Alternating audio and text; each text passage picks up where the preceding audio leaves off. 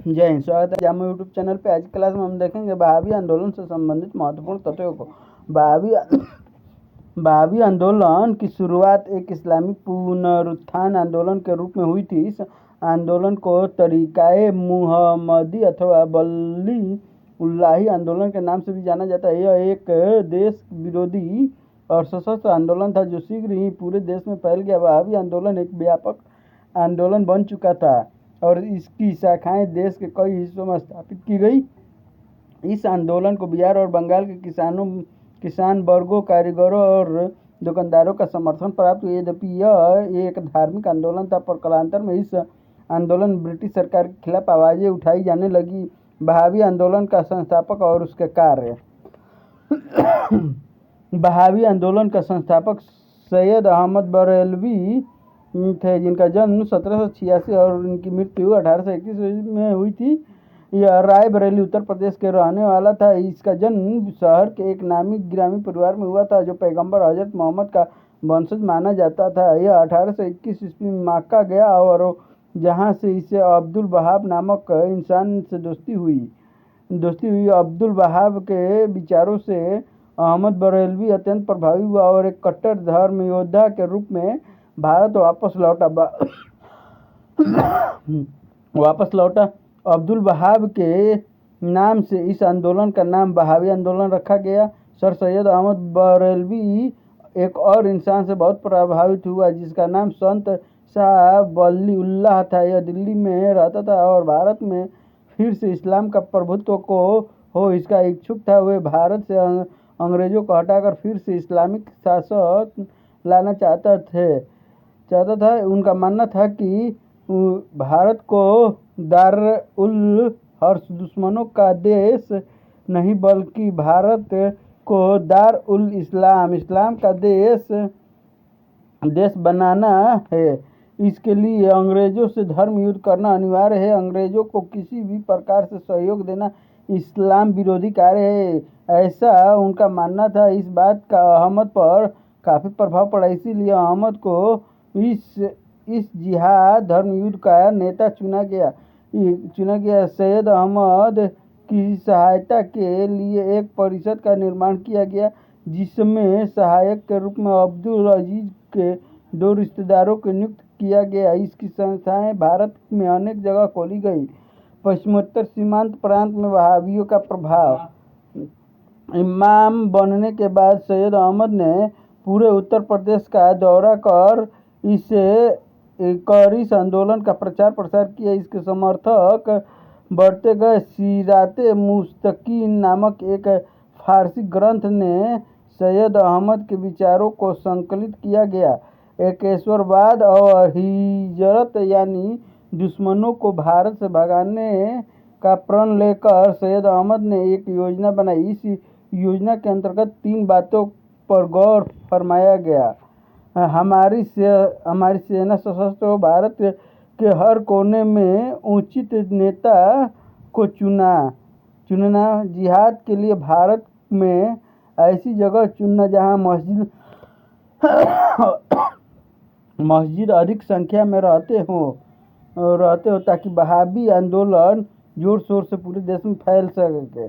इसके लिए पश्चिमोत्तर सीमा प्रांत को चुना गया। वहाँ कबायली इलाके में सिथाना को केंद्र बनाया गया और भारत को सभी मुस्लिम बहुल नगरों में स्थापित कार्यालय खोले गए। बंगाल प्रेसिडेंसी के लिए कलकत्ता को चुना गया और प्रतिनिधि खलीफा को सौंपी गई। 1826 ईस्वी में यह आंदोलन सक्रिय हुआ। अपने 3000 समर्थकों के साथ यह पेशावर गया और वहाँ एक स्वतंत्र शासन की स्थापना की। बाद में केंद्र को बदलकर सिथाना 4 सद्दा पाकिस्तान में स्थापित किया गया। सीमा प्रांत में शासन चलाने हेतु अस्त्र शस्त्र धन जन सीमा प्रांत पहुंचाया जाने लगा। इसके लिए बंगाल में सिथाना तक खानकाह बनाया गया जो एक गुप्त रूप से सहायता पहुंचाने का जरिया था। पश्चिमोत्तर इलाके में बहावी आंदोलन के समर्थकों का सिख समुदाय में संघर्ष हुआ जिसमें सैयद अहमद मारा गया। बंगाल में बहावी आंदोलन।